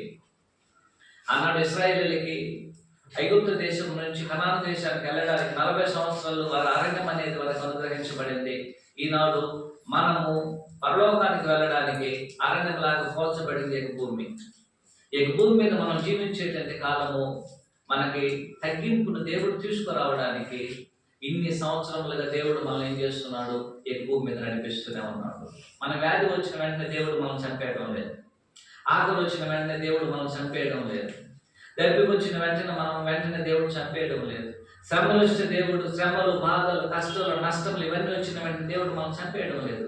అయినా సరే వాటన్నిటి మనం అనుభవించినట్లుగా మనకేం చేస్తున్నాడు, దేవుడు అవకాశం ఇస్తున్నాడు. దాని మూలం మనం ఏం చేయవలేదు, తగ్గింపు నేర్చుకోవలేదు. కాబట్టి మనుషుడు తగ్గించుకోవడానికి చేయవలసిన 3 మార్గములు ఏమిటంటే, మొదటగా అతడు తన హృదయంలో గర్వాన్ని విడిచిపెట్టాలి. గర్వము విడిచేంత వరకు తగ్గింపు అక్కడ స్థానం లేదు. ఒకే హృదయములో తగ్గింపు ఉండదు, మరి గర్వం ఉండదు. ఒకటి తగ్గింపైన ఉండాలి, లేనట్లయితే గర్వమైన ఉండాలి. అలాంటి ఇష్కే గారు ఆ గర్వమును వదిలిపెట్టేంత వరకు తగ్గింపు అనే దాన్ని ఆశ్రయించలేదు. తగ్గింపు వచ్చినట్లయితే గర్వమునకు అక్కడ చోటు లేదు. కాబట్టి ప్రతి క్రైస్తవుడు గర్వమును విడిచిపెట్టాలి. చిన్నది కానీ పెద్దది కానీ అది మనకు సందర్భంలో ఉన్న ఏ విధానంలో అయినా సరే, మాటలలో అయినా, ఆలోచనలు అయినను, ఈవెన్ మనం చేసే పనులలో అయినా సరే, ఏ విధానంలో మనము గర్వముగా మాట్లాడకూడదు, గర్వముగా ఆలోచన చేయకూడదు, గర్వమైన తలంపులు ఉండకూడదు, ఇతరులకు మించి మనం గర్వించకూడదు, గర్వించి ఏ పనిని కూడా మనం చేయకూడదు. ఆ గర్వం పోయేంత వరకు తగ్గింపు అనేది మనకు రాదు. తగ్గింపు లేకపోతే ఏ మనుషులు పరలోకానికి వెళ్ళలేరు. ఏ గర్విష్ఠుడు కూడా గర్విష్ఠుడు అహంకారం దేవుడు ఎదురిస్తాడు. దేవుడు ఎదిరించే వాళ్ళని ఎందుకు దేవుడు పరలోకం తీసుకెళ్ళాలి? గర్వించే వారిని దేవుడు తీసుకెళ్లాల్సిన అవసరం, తాను తగ్గించుకునేటువంటి వారిని ఆయన పరలోకం తీసుకెళ్తాడు. 2, ఒక మనుషుడు తగ్గింపు రావడానికి దేవుడు చేసేటువంటి ఒక విషయం ఏమిటంటే, దేవుని యొక్క మాటలను మనుషులకు వినిపించడము. దేవుని యొక్క మాటలు ఇప్పుడు మనం వింటున్నాం, లేక మనం చదువుతున్నాం, కొన్ని సందర్భాలు మనం బోధిస్తాం. ఏదో ఒక రకంగా దేవుని యొక్క మాటలు అనేది మనుషునికి తగ్గింపు తీసుకురావాలి. 3, మనుషునికి జీవితంలో జరుగుతున్న శ్రమలు, కష్టములు, బాధలు, సమస్యలు ఇవన్నీ మనకు ఎందుకు వస్తున్నదంటే, మనుషుడు ప్రతి వాటిని గురించి ఆలోచన చేసి తాను తగ్గించుకోవడానికి. ఈ విధానంలో ఒక మనుషుడు తగ్గించుకోవడానికి తాను ముందుకు తీసుకురాకపోయినట్లయితే దేవుడు ఏం చేస్తాడంటే తగ్గింపును ఎలా తీసుకొస్తాడో 4 పాయింట్లు గమనించాలి. 1, మనం ఏం చేయాలి, గర్వాన్ని విడిచిపెట్టేసినట్లే తగ్గింపు వస్తుంది మనకి. ఇప్పుడు నేను విడిచిపెట్టలేదు అనుకుందాం. 2, దేవుని యొక్క మాటలు వింటున్నాం కానీ మనకు తగ్గింపు రావడం లేదు అనుకుందాం.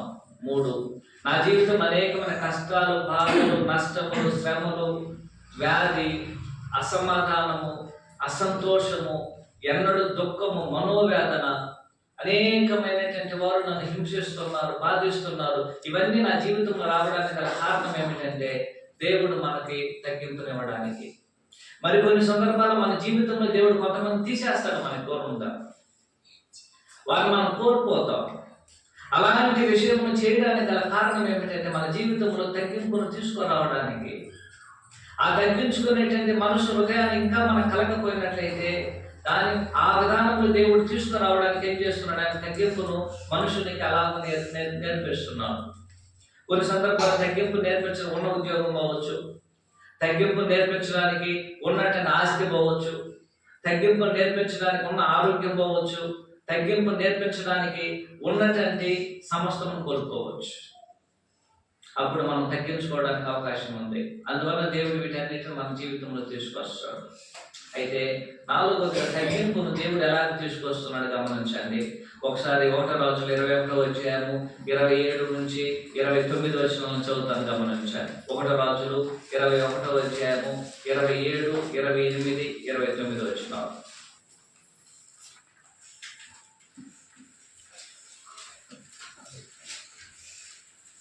ఇది ఇశ్రాయేలు రాజు అయిన ఆహాబును గురించి మాట్లాడబడినటువంటి సందర్భం ఇది. ఆహాబును గురించి దేవుడు మాట్లాడిన సందర్భంలో దేవుడు ఎలాగో మనుషునికి తగ్గింపులు తీసుకొస్తున్నాడు గమనించారు. 21వ అధ్యాయము 27వ వచనము. ఆహాబు ఆ మాటలు విని తన వస్త్రములను చింపుకొని గోనెపెట్ట కొట్టుకొని ఉపవాసం నుండి గోనెపెట్ట పరుండి వ్యాఖ్యలు పడుచుండగా యెహోవాకు తిష్బిడైన ఏలాగు ప్రత్యక్షమే ఎలాగూ సెలవిచ్చిన ఆహాబు, నాకు భయపడి వినయముగా ప్రవర్తించుట చూచితివా? నాకు భయపడి అతని వినయముగా ప్రవర్తించుట చేత అపాయం అతని కాలము మందు సంభవింపకుండా చేపి అతని కుమారుని కాలమందు అతని కుమారుడు కుటుంబీకుల మీద నేను దాన్ని తీసుకొచ్చాను. ఎలా ఇప్పుడు తగ్గింపులు తీసుకొస్తున్నాడు గమనించండి. మీరు 21వ అధ్యాయాన్ని ప్రత్యేకించి మీరు చదివినట్లయితే 17వ వచనం నుంచి జరిగినటువంటి సంఘటన నేను చెప్తాను, మీరు ఒకసారి గమనించాలి. దేవుడు ఏం చేశాడంటే ఆహాబు మీదను అతని యొక్క రాజ్యం మీదను అంటే అతని యొక్క రాజరికం మీదను అతని కుటుంబీకులను నాశనం చేస్తాడని ప్రవక్త ద్వారా తెలియజేయడం జరిగింది. ఒకసారి 17వ వచనం గమనించాలి. అప్పుడు యెహోవాకు తిష్బీయుడైన ఏలే ప్రత్యక్షమై ఎలాగున సెలవిచ్చెను. తిష్బీయుడు అంటే ఏలే గారు మాట్లాడినటువంటి ఒక సందర్భం అది. ఆ సందర్భంలో 21వ వచనంలో ఏం చెప్తున్నాడు గమనించాను. అందుకు యెహోవా ఎలాగో సెలవిచ్చాడు, నేను నీ మీదకి అపాయము రప్పించేదను, నీ సంతతి వారిని నాశనము చేతును, అల్పులేమి గదులేమి ఇశ్రాయేలు వారిలో ఆహాబు పక్షమున ఎవరు లేకుండా పురుషులందరూ నిర్మూలించేతును. ఇశ్రాయేలు పాపం చేయడానికి కారకుడే నాకు పాపం పుట్టించినక నాబాలు కుమారుడైన యెరోబాము కుటుంబమును అహియా కుమారుడైన బయోష కుటుంబం నేను చేసినట్లు నీ కుటుంబం చేసేదని యెహోవా సెలవిచ్చినప్పుడు, మరియు యెజబెలును గురించి యెహోవా సెలవిచ్చిందే, మనకి యెజబెలు ప్రాకారం కుక్కలు యెజబెలును తినివేయను, పట్టణమందు చచ్చినట్లయితే ఆహాబు సంబంధుల కుక్కలు తినివేయను, బయట భూమిలో చచ్చినారైతే ఆకాశ పక్షులు తినివేయనని చెప్పగా తన భార్య యెజబెలు ప్రేరణ చేత యెహోవా దృష్టి కీడు చేయి కనుక నమ్ముకున్న ఆహాబు వాడు ఎవడూ లేదు. జరిగిన సమస్యను గమనించండి. ఆహాబు చేసిన 3 దుర్మార్గమైన కార్యములను ఇక్కడ వివరించబడుతుంది. ఒకటి, ఇశ్రాయేలు పాపం చేయడానికి అంటే విగ్రహారాధన చేయడానికి ఆహాబు ఇశ్రాయేలీలందరినీ విగ్రహారాధన వైపు నడిపించారు. 2, తన భార్య చేత ప్రేరేపించబడిన వాడే కీడు చేయడానికి తాను అమ్ముకున్నాడు. 3, అంత మాత్రం కాకుండా ఇతను ఏం చేస్తున్నాడంటే అన్యాయముగా అక్కడున్న నాబాలు యొక్క ఒక వనమును, అక్కడున్న ద్రాక్ష తోటను, అంజూరపు తోటను లేక ద్రాక్ష తోటను వశపరుచుకొని అతన్ని చంపించడం జరిగింది. ఈ 3 విషయములు అనేది ఎప్పుడైతే ఆయన జీవితంలో జరిగిందో, ఇప్పుడు ఏరియా గారు వెళ్ళి ఇప్పుడు అక్కడ ఉన్నట్టు ఆహాబుతో దేవుని యొక్క మాటలు తెలియజేస్తున్నాడు. ఏమని తెలియజేస్తున్నాడంటే, 1, నిన్ను నాశనం చేస్తాను, 2, నీ కుటుంబాన్ని నాశనం చేస్తాను, 3, నీ యొక్క రాజ్యాన్ని నువ్వు రాజుగా ఉన్నటువంటి రాజరికం ఏం చేస్తాను, నేను నీ కుటుంబములు ఎవరు పొందుకున్నట్లుగా పూర్తిగా నిర్మూలన చేస్తానని చెప్పాడు. మరి 3 రకాలైనటువంటి ఆలోచన చెప్పాడు. 1, నువ్వు పట్టణంలో కానీ చనిపోయినట్లయితే, చంపేసినట్లయితే ఏమైపోతుంది, కుక్కలు నాకుతుంది, కుక్కలు నీ యొక్క శరీరాన్ని తినేస్తుంది. ఒకవేళ నువ్వు పంట పొలంలో చనిపోయావనుకో, నీ ఎక్కడున్న ఆకాశ పక్షులు ఏం చేస్తుంది, నేను తినేస్తుంది అని ఈ యొక్క తీర్పును దేవుడు ఆహాబును తెలియజేసినప్పుడు వెంటనే ఆహాబు యొక్క పరిస్థితి ఏమైందండి? 27వ వచనంలో ఆహాబు ఆ మాటలను విని తన వస్త్రములను చింపుకొని గోనెపట్ట కట్టుకుని ఉపవాసం ఉండి గోనెపట్ట పరుడి వ్యాఖ్యలు పడుచు యెహోవాకు 29వ వచనం ఆహాబు నాకు భయపడి వినయంగా నడుచుకొని. ఉదాహరణకి ఏమిటంటే, ఇక్కడ ఉన్న సంఘటనలో ఉన్న ఉద్దేశం ఏమిటంటే, 1, మనుషునికి తనంతట తాను తగ్గించుకోవడానికి తన అహంకారాన్ని తీసేయాలి. 2, దేవుని యొక్క మాటలు మనుషునికి తగ్గింపును తీసుకురావాలి. 3, మన జీవితంలో జరుగుతున్న ప్రతి సంఘటన, మనకి ఇష్టం లేని సంఘటనలు మనం తగ్గింపును తీసుకురావాలి. 4, ఒకవేళ ఇది 3 ఏది తీసుకురాకపోతే 4వ మార్గం ఏమిటంటే, దేవుని యొక్క శిక్షను దేవుడు మనకిచ్చి మనల్ని ఏం చేస్తాడు, ఆయన మనం తగ్గిస్తాడు. దేవుని యొక్క శిక్ష అనేది తప్పించుకోలేము మనము. దేవుని యొక్క శిక్ష నుంచి మనం తప్పించుకోవడానికి ఏ మనుషుడు మనల్ని కాపాడలేడు. దేవుడు మనల్ని శిక్షించి ఏం చేస్తున్నాడు? ఆహాబుని దేవుని యొక్క శిక్షను ఆహాబునకు తెలియజేసిన వెంటనే ఆహాబు యొక్క శిక్షని విని భయపడి ఏం చేస్తున్నాడు? ఇప్పుడు తాను చాలా భయపడిపోయినటువంటి వాడు. తన వస్త్రాలను చింపుకునేసాడు. తల మీద ఆయన ఏం చేశాడు? ఆ యొక్క బూడిదను చల్లుకున్నాడు. బూడి అక్కడ ఉన్నటువంటి ఒక గోనెపెట్ట మీద కూర్చొని ఉపవాసం ఉంటూ ప్రార్థన చేస్తూ తను ఏం చేశాడు? ఆయన తగ్గించుకున్నాడు. దేవుడు ఎలాగో తగ్గింపును తీసుకొస్తున్నాడండి? దేవుని యొక్క శిక్ష ద్వారా తగ్గింపును దేవుడు మనుషులకు తీసుకొస్తాడు. ఒకటి, నేను తగ్గించుకోవాలని ఇష్టం నాకుంటే గర్వాన్ని విడిచిపెట్టు, తగ్గింపు వస్తుంది. 2, దేవుని యొక్క మాటలు మనుషునికి తగ్గింపును తీసుకురావాలి. 3, మనుషుల యొక్క జీవితంలో జరుగుతున్న, అంటే నేను అంతకాలం జీవితంలో అంతకాలము నా కుటుంబానికి జరుగుతున్నటువంటి ప్రతి పరిమాణం అనేది నాకు తగ్గింపును తీసుకురావాలి. ఒకవేళ ఇవన్నీ మనం తీసుకురాకపోతే దేవుని యొక్క శిక్ష అనేది మనకేం చేస్తుంది? తగ్గింపును తీసుకొస్తుంది. దేవుడు ఎలాగైనా సరే మనుషుని యొక్క జీవితంలో తగ్గింపును తీసుకురావడానికి ఆయన ఏం చేస్తాడు? ఆయన ఖచ్చితంగా తన యొక్క పనులను తాను చేస్తాడు. అందువల్ల యేసుక్రీస్తు వారు ఒక ఉదాహరణ చెప్పారు. లోకసువార్త 14వ అధ్యాయంలో తగ్గింపు కలిగినటువంటి వారు ఏం చేయవలెనో చెప్తున్నాడు. గమనించాలి. 5వ ఆలోచన ఏమిటంటే, ఒక వ్యక్తి భోజన పంక్తికి పిలువబడ్డారు. లోకసువార్త 14వ అధ్యాయం 7వ వచనంలో పిలువబడిన వారు భోజన పంక్తి అగ్రపీఠంలో కూర్చున్నట్టు చూసి ఆయన వారితో ఉపమానం చెప్పారు. నేను ఎవరినో పెళ్లి విందుకు పిలిచినప్పుడు అగ్రపేట మీద కూర్చుండవద్దు. ఒకవేళ నీకంటే గరుడు అతని చేత పిలువబడగా నిన్ను అతన్ని పిలిచిన వాడు వచ్చి అతనికి చోటేమో నీతో చెప్పును. అప్పుడు నీవు సిగ్గుపడి కనపడి చోటు కూర్చును. అయితే నీవు పిలువబడినప్పుడు నన్ను పిలిచిన వాడు వచ్చి స్నేహితుడా పై చోటికి పొమ్మని చెప్పులాగా నీవు పోయి కడపడి చోటను కూర్చున్నావు. అప్పుడు నీ తోటి కూర్చున్న వారందరికీ నీకు ఘనత కలుగును. తను తగ్గించుకున్నవాడు ప్రతివాడు తను తాను హెచ్చించుకున్న ప్రతివాడు తగ్గించబడను, తను తాను తగ్గించుకున్న వాడు హెచ్చించబడను. దాని అర్థం ఏమిటంటే, ఒక మనుషుడు హెచ్చించుకోవడానికి 100 కారణములు ఉన్నా సరే మనం ఎలాంటి స్థానాన్ని ఎన్నుకోవాలండి అని చెప్తున్నాడు. నిన్ను తగ్గించడానికి ఏ స్థానం అయితే ఉన్నదో ఆ స్థానాన్ని నువ్వు ఎన్నుకో. ఇతను హెచ్చించబడడానికి అనేకమైన కారణాలు ఉన్నాయి. ఏ కారణం ఉంది? తాను పెళ్లి విందుకు పిలువబడ్డాడు. తను ఎక్కడైనా కూర్చోవచ్చు, మొదటి స్థానంలో కూడా కూర్చోవచ్చు. తనకు అవకాశం ఉంది. తన ఆహ్వానం అనేది తనకు ఘనతను అనుగ్రహించింది. కానీ ఈ మనుషుడు నిజముగా తగ్గించుకున్నట్లయితే, అతడు హెచ్చించబడినట్లుగా అతడు ఏం చేయవలేనంటే తను ఒక మనుషుడు తగ్గించడానికి ఏ స్థానం అయితే ఉన్నదో అలాంటి ఒక స్థానమును హృదయపూర్వకంగా కోరుకునేటువంటి వాడు.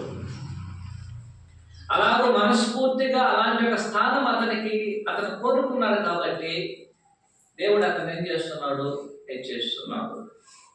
మనుషుడు హెచ్చించడానికి చేయవలసినటువంటిది తను తాను తగ్గించుకునేటువంటి ఒక అవకాశము, ఒక సందర్భము, ఒక పరిస్థితి, ఒక జీవితంలో ఒక అనుభవం అనేది కలిగినప్పుడు అతడు తను తాను తగ్గించుకున్నప్పుడు అలాగే దేవుడు ఏం చేస్తాడు? మనుషుల్ని హెచ్చిస్తాడు. ఆనాడు మనం చదివినటువంటి 4 కారణాలు గమనించాలి. ఈ 4 కారణాలలో 3 కారణములు అనేది మనకు దేవుడిచ్చేటువంటి అవకాశం. అయ్యా, నీ గర్వాన్ని విడిచిపెట్టు, తగ్గింపు వస్తుంది, మంచిదే. దేవుడి మాటలు బోధించబడుతుంది, జీవితంలో తగ్గింపు తీసుకురావాలి, మంచిదే. 3, నా జీవితంలో కలుగుతున్న ప్రతి సంఘటన, నాకు వ్యతిరేకమైన ప్రతి సంఘటన నాకు తగ్గింపును తీసుకురావడానికి చాలా మంచిది. తగ్గింపు అది ఎంతవరకు తీసుకురాలేదా? దేవునికి వేరే మార్గం ఉంది. అదేం చేస్తుందండి? దేవుని యొక్క శిక్ష. దేవుడు ప్రేమతో మనల్ని ఏం చేస్తాడు? మనల్ని మార్చుకోమని ఆయన మనకి సెలవిస్తాడు. దాన్ని మనం అతిక్రమిస్తే దేవుడు తన శిక్షతో మనల్ని ఏం చేస్తాడు? ఆయన మార్చుతాడు. కాబట్టి తగ్గింపు అనేది ప్రతి మనుషునికి అవసరమైనది, ప్రత్యేకించి క్రైస్తవులకు అవసరమైనది. ఎందుకు మనకు అవసరం అంటే 3 పాయింట్లు ముందుగా చదివేశాం. ఎందుకు మనకి తగ్గింపు అనేది అవసరమండి? 1, ఎందుకు అవసరము? నా జీవితంలో నేను ఆశీర్వదించబడి సమాధానంగా ఉండవలేనంటే అది నేను కానీ, నా కుటుంబం కానీ, నేను కూడుకున్న స్థానిక సంఘం కానీ తగ్గించుకున్నట్లయితే మనకు అలాంటి ఆశీర్వాదము, అలాంటి ఒక క్రమశిక్షణతో కూడిన జీవితము, అలాంటి సమాధానంతో నేను జీవించడానికి అవకాశం ఉంది. 2, ఎందుకు నేను తగ్గించుకోవాలి? ఎందుకు తగ్గించుకోవాలి అంటే, ఒకటి అది యేసుక్రీస్తు వారి యొక్క మార్గము, అది యేసుక్రీస్తు వారి యొక్క ఉపదేశము, అదే యేసుక్రీస్తు వారి యొక్క జీవితము. 3, ఎందుకు నేను తగ్గించుకోవాలి? ఒకటి, దేవుని నేను మహిమపరచవలైనాను, సంతోషపరచవలైనాను. తగ్గింపు అనేది ప్రతి మనుషునికి అవసరము. అలాగైనట్లయితే తగ్గింపును నేను ఎలాగూ అభ్యసించడం లేక పొందడము. తగ్గింపు స్వాభావికంగా వచ్చేది కాదు. మొదటి పాయింట్ మనం చెప్పేసాం, అది మనుషులకు స్వాభావికంగా కలిగేది కాదు. 2వది, తగ్గింపు అనేది రావాలేదంటే మనుషులు ఏం చేయలేను. తగ్గింపు రావాలేదంటే మనుషుడు స్వాభావికంగా రాదు కాబట్టి క్రైస్తవుడు అవ్వాలి. 2, తగ్గింపు రావాలేదంటే మొదట క్రైస్తవుడైనా సరే నా హృదయంలో ఉన్న గర్వం అనేది ఏం చేయాలి, నేను తీసేయాలి. 3, తగ్గింపు రావాలేనంటే దానికి దేవుడు అనుగ్రహించిన ఒక మార్గము, దేవుని యొక్క మాటలను వినడము, చదవడము, అలాంటి విషయంలో మనం అధ్యయనం చేయడము మనకు తగ్గింపునిస్తుంది. 4, మన జీవితంలో కలుగుతున్న అనేకమైనటువంటి కష్టములు, బాధలు, సమస్యలు, లోపములు, నష్టాలు, మనకు వ్యతిరేకమైన ప్రతి కార్యక్రమం అనేది దేవుడు మనకు బోధిస్తున్నాడు. తగ్గించుకో అయ్యా, నాకు కష్టం వచ్చింది, అయ్యా కష్టం వచ్చి ఇంకో కష్టం వచ్చింది, తగ్గించుకోమంటున్నాడు. ఈ కష్టం వచ్చి నువ్వు తగ్గించుకోకపోతే దేవుడు ఇంకొక కష్టాన్ని ఇస్తాడు. ఒక నష్టానికి నువ్వు తగ్గించుకోకపోతే ఇంకొక నష్టాన్ని ఇస్తాడు. ఒక బాధకు నువ్వు తగ్గించుకోకపోతే ఇంకొక బాధను ఇస్తాడు. ఒక ఆకలికి నువ్వు తగ్గించుకోకపోతే ఒక రోజు ఆకలిని ఆయన అనుగ్రహిస్తాడు. ఒక రకంగా నువ్వు ఒక అనారోగ్యం పోయిందనుకుంటే ఇంకొక అనారోగ్యం నువ్వు తగ్గింపు రాకపోతే ఇంకొక దాన్ని తీసుకొస్తాడు. నీవు తగ్గించుకునేంత వరకు నా జీవితంలో ఎన్ని సంవత్సరాలు నేను జీవించినా సరే అన్ని రకములుగా దేవుడు మనం ఏం చేస్తున్నాడు, అలాగే మనం తగ్గించుకోవడానికి అనేక రకాలైన పరీక్షలను మనకు అనుగ్రహిస్తున్నాడు. ఇంకా నాకు తగ్గింపు రాలేదంటే చివరికి అని చెప్తున్నాడు, నువ్వు తగ్గించుకోలేదు కాబట్టి చివరికి నీకు దొరికేటంటే శిక్షే. దేవుని యొక్క శిక్ష అనేది మనుషులకి తగ్గింపును తీసుకురావాలి. అలాంటి తగ్గింపు అనేది మన జీవితంలో మనకు దొరికినప్పుడు అలాగున మనం తగ్గించుకోకపోతే చివరికి అలా తగ్గించుకున్నటువంటి వారికి ఉన్నటువంటి ఒకే ఒక స్థలం ఏమిటంటే సాతాను వారితో ఉన్నటువంటి నరకము. తగ్గించుకున్న వారు దేవునితో సహవాసము, అహంకారులకు సాతానుతో సహవాసం. మనం దేవుని పిల్లలు కాబట్టి మనము తగ్గించుకున్నటువంటి వారమే నిజమైన క్రైస్తవులు ఈ లోకంలో జీవించడం. అలాంటి క్రైస్తవ వారి జీవితం అనేది ఖచ్చితంగా మనకు తగ్గింపును తీసుకొస్తుంది. ఎప్పుడు తీసుకొస్తుంది? నిజంగా యేసుక్రీస్తు వారి జీవితాన్ని నేను తెలుసుకుంటే తగ్గింపు వస్తుంది. యేసుక్రీస్తు వారి యొక్క బోధన నిజంగా తెలుసుకుంటే నాకు తగ్గింపు వస్తుంది. నిజంగా యేసుక్రీస్తు వారి యొక్క మార్గం అనేది మనకి తగ్గింపును తీసుకొస్తుంది. అలాగ తీసుకురావడానికి అది మనకి ఉపయోగపడలేదంటే మనకి ఏది కూడా లోకంలో మనకి ఉపయోగపడదు మనం తగ్గించుకోవడానికి. కాబట్టి ఇలాంటి మాటలు మనం చదువుతున్నప్పుడు మనము నిజమైన క్రైస్తవులుగా నడిపించడానికి దేవుడు మనకి ఇచ్చేటువంటి మాటలను గుర్తెరిగిన వారమై వాటి యందు మనం విశ్వాసం ఉంచి ఆ విధంగా మనం అందరం జీవించుదాము. కోరుతున్నటువంటి మీ అందరికీ ప్రభువైన యేసుక్రీస్తు నామములో వందనాలు తెలియజేసుకుంటూ కార్యక్రమాన్ని ముగిస్తున్నాను. అందరికీ వందనాలు.